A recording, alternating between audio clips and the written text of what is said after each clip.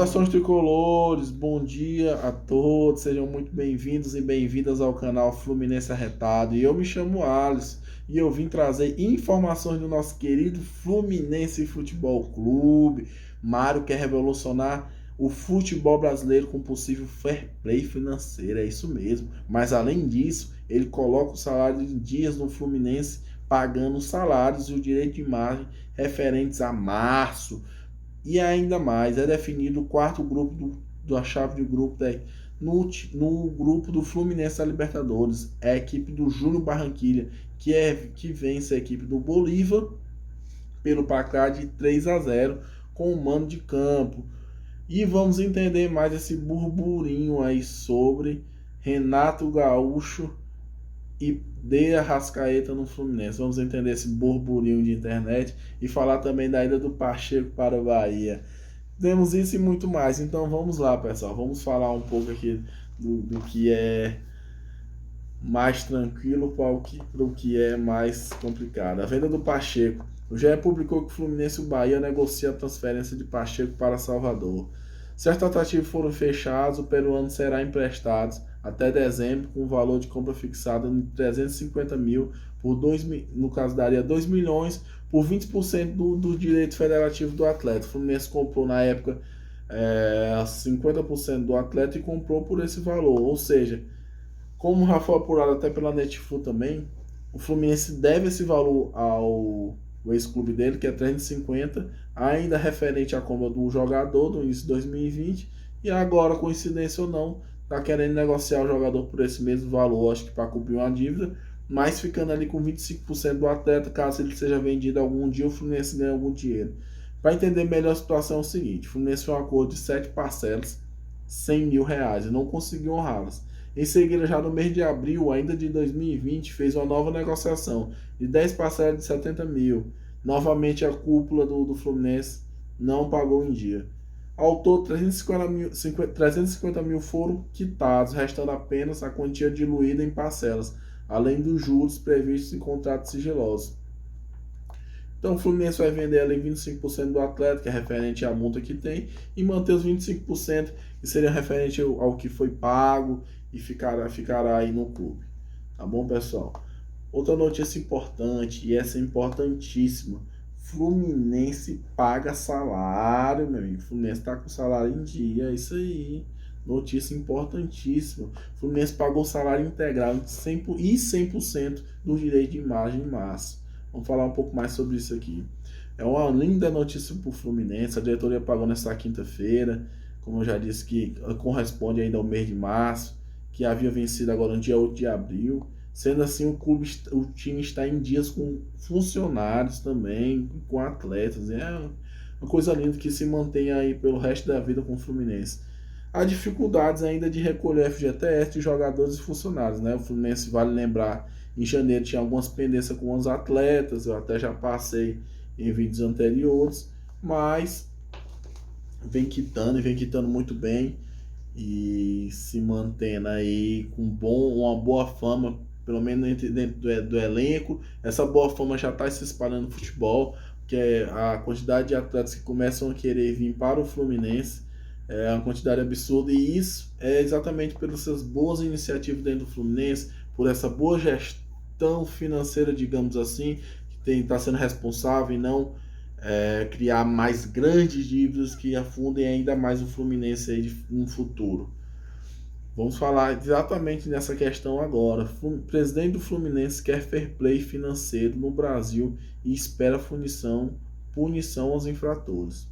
Mário Bittencourt diz que a ideia tem o apoio de grandes clubes do país. Eu vou ler um pouco mais e no final explico. O Fluminense segue exemplo de outros grandes clubes do Brasil no que diz respeito às dívidas. Não consegue observá-las a ponto de ter alívio para poder investir mais no futebol. Isso é uma realidade. Entretanto, o presidente do Fluminense, Mário Bittencourt, apostando numa gestão equilibrada, levou ao Conselho Deliberativo uma informação que pode mudar os rumos do futebol brasileiro. No encontro virtual que ocorreu na última segunda-feira, o mandatário tricolor destacou que defende a criação de um mecanismo similar ao fair play financeiro que existe na Europa para ele ou maus gestores deveriam ser punidos, assim como a Confederação Brasileira de Futebol também deveria punir os clubes. Por fim, segundo Mário Bittencourt, com o apoio do presidente do Bahia e do Atlético Paranaense, a ideia deveria passar a valer já em 2022 e 2023 no país. Apesar do lobby do Cartola, no Fluminense a entidade e outros clubes ainda estudam o caso. Vai ser bastante polêmico aí essa questão desse fair play. Vamos observar o que vai dar, né? O fair play financeiro foi introduzido em 2010 na Europa. A UEFA implantou o mecanismo para obrigar os clubes a gastarem dentro das suas possibilidades econômicas e assim colocar ao fim as dúvidas que podem deixar a entidade em risco. Em resumo, algo como devem provar que pagaram suas contas. Se não fizerem, poderão até ser excluídos de competições europeias. É assim, tem que provar que tem de onde tem aquele dinheiro para pagar sua conta. E se não fizer isso, se não comprovar que teve receita para pagar a conta, pode ser até excluir de competições europeias, no caso seria daqui da Libertadores, perder uma vaga e tudo, entendeu? Então é algo bastante interessante e a gente sabe, vai ser complicado porque as equipes no Brasil não têm esse controle e eu acho muito difícil a maioria das equipes fazerem isso, mas seria uma evolução muito grande e interessante para o futebol brasileiro, pelo menos no futuro aí, ter esse controle maior evitaria a falência de várias equipes aí que já estão no limite, porque começaria a ter que trabalhar ali dentro da sua receita do que recebe, poderia até enfraquecer a sua equipe, acabando indo para divisões inferiores, mas teria que manter sempre uma forma que dê pelo menos, se não der lucro, manter ali. Então, no futuro seria algo que seria interessante para o futebol brasileiro. Mas vamos observar cenas maiores desse capítulo. Ontem à noite, ocorreu o jogo entre Júnior Barranquilla e a equipe do Santa Fé da Bolívia. Após o primeiro jogo que a equipe da Bolívia venceu de 2-1 nos seus domínios, a equipe do Júnior Barranquilla devolveu o placar, mas agora de forma bem mais elástica. Foi um 3-0 para a equipe do Júnior Barranquilla, que garantiu entrar na fase de grupo. Agora o grupo do Fluminense tem uma equipe brasileira, uma da Argentina e duas da Colômbia. São as três forças atuais no futebol sul-americano, na América, e se encontrando em um só grupo. Então é o grupo da morte, depende para quem. Se olhar para o lado dos times colombianos, é sim um grupo da morte. Então vamos assim assistir um pouco do jogo. Eram duas equipes bastante equilibradas, não existia muita diferença. O segundo e o terceiro gol do Júnior Barranquilla saíram já na expulsão do atleta do Santa Fé. O Júnior até sofreu bastante com o Santa Fé, então vamos aguardar. Para mim, até fiquei mais tranquilo, não vi que existia uma grande diferença entre as equipes. Ver o Júnior, o Fluminense foge da altitude. Então é isso aí. Sobre o Júnior Barranquilla, eu não tô preocupado, sim, por ser equipes colombianas que são bem parelhas, tem um River, mas eu sou mais meu Fluminense na Liberta. E vamos falar aí desse burburinho.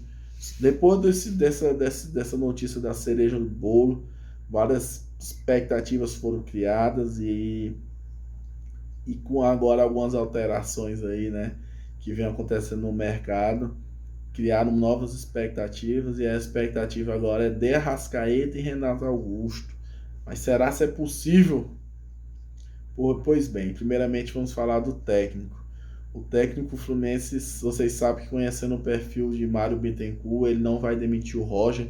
Roger passará os 2 anos aí. Para ele demitir o Roger, terá que ser algo absurdo, um drama, uma eliminação, um rebaixamento. Tem que ser um negócio terrível, que eu espero que não aconteça, porque para acontecer é ruim para o meu Fluminense. Então, espero que o Roger faça um bom trabalho e seja mantido.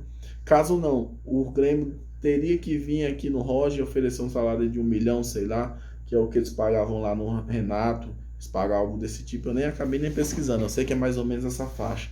E o Roger aceitar, e aí o Renato livre, e o Flamengo, como é um sonho do Flamengo ter o treinador, o Flamengo também não entrar na parada, mas eu acho que eles vão dar um jeito de demitir o Ceni para pegar o treinador. Você teria que estar bem livre, sem ninguém querer aceitar baixar o salário, para quem sabe surgir no Fluminense. Não acho que seja o nome que deverá chegar aí no Fluminense. Já dei Arrascaeta. Os próprios torcedores do Flamengo estão falando que o Fluminense é uma das equipes interessadas. Pois bem, o atleta não atuou hoje, parece que realmente começa a forçar uma saída do clube. A primeiro momento disse que ele estaria a caminho da Europa e tudo, mas quando começaram a citar futuros interessados, colocaram o nome do Fluminense. Isso é notícia dos próprios torcedores do Flamengo, aí que cobrem o Flamengo, alguns de forma mais amadora e tudo. Então, assim, e aí acabou essa notícia chegando na torcida do Fluminense, já criando expectativa aí com o Arrascaeta. É um grande jogador realmente. Se viesse para o Fluminense, deitaria, tomaria de conta do meio de campo do Fluminense, do time do Fluminense, mas também se torna bastante complicado por conta do salário, por conta lá do tempo de contrato. A gente precisa ver as cláusulas lá de contrato que foram colocadas com relação à negociação para o futebol brasileiro, se ele poderia, por vontade própria, apenas rescindir e vir para outra equipe, ainda mais sendo uma equipe rival. Então é bastante complicada a situação. Eu nem cheguei a olhar o tempo de contrato dele. Eu sei que ele tem um salário bastante alto, na casa de 1 milhão aí. Então teria que baixar bastante. Ele já se mostrou ser bem mercenário. Agora, se ele vier pro Fluminense, ele, ele acaba essa fama de mercenário dele, né? Pode até ser algo importante aí para ele tirar essa fama de mercenário dele. E eu diria que era quase por amor de verdade, viu? Baixar, baixar o salário a esse ponto para vir para o Fluminense. Eu diria que era quase uma prova de amor e tomara que ele venha mesmo. Mas é um momento, é uma notícia aí que nesse momento para mim não tem muito fundamento. Mas se viesse, cara, seria muito bom. Até já sonhei com ele tabelando e colocando o Fred na cara do gol aí. É isso aí, galera. Acho que é a notícia aí que, finalizando as notícias diárias do Fluminense.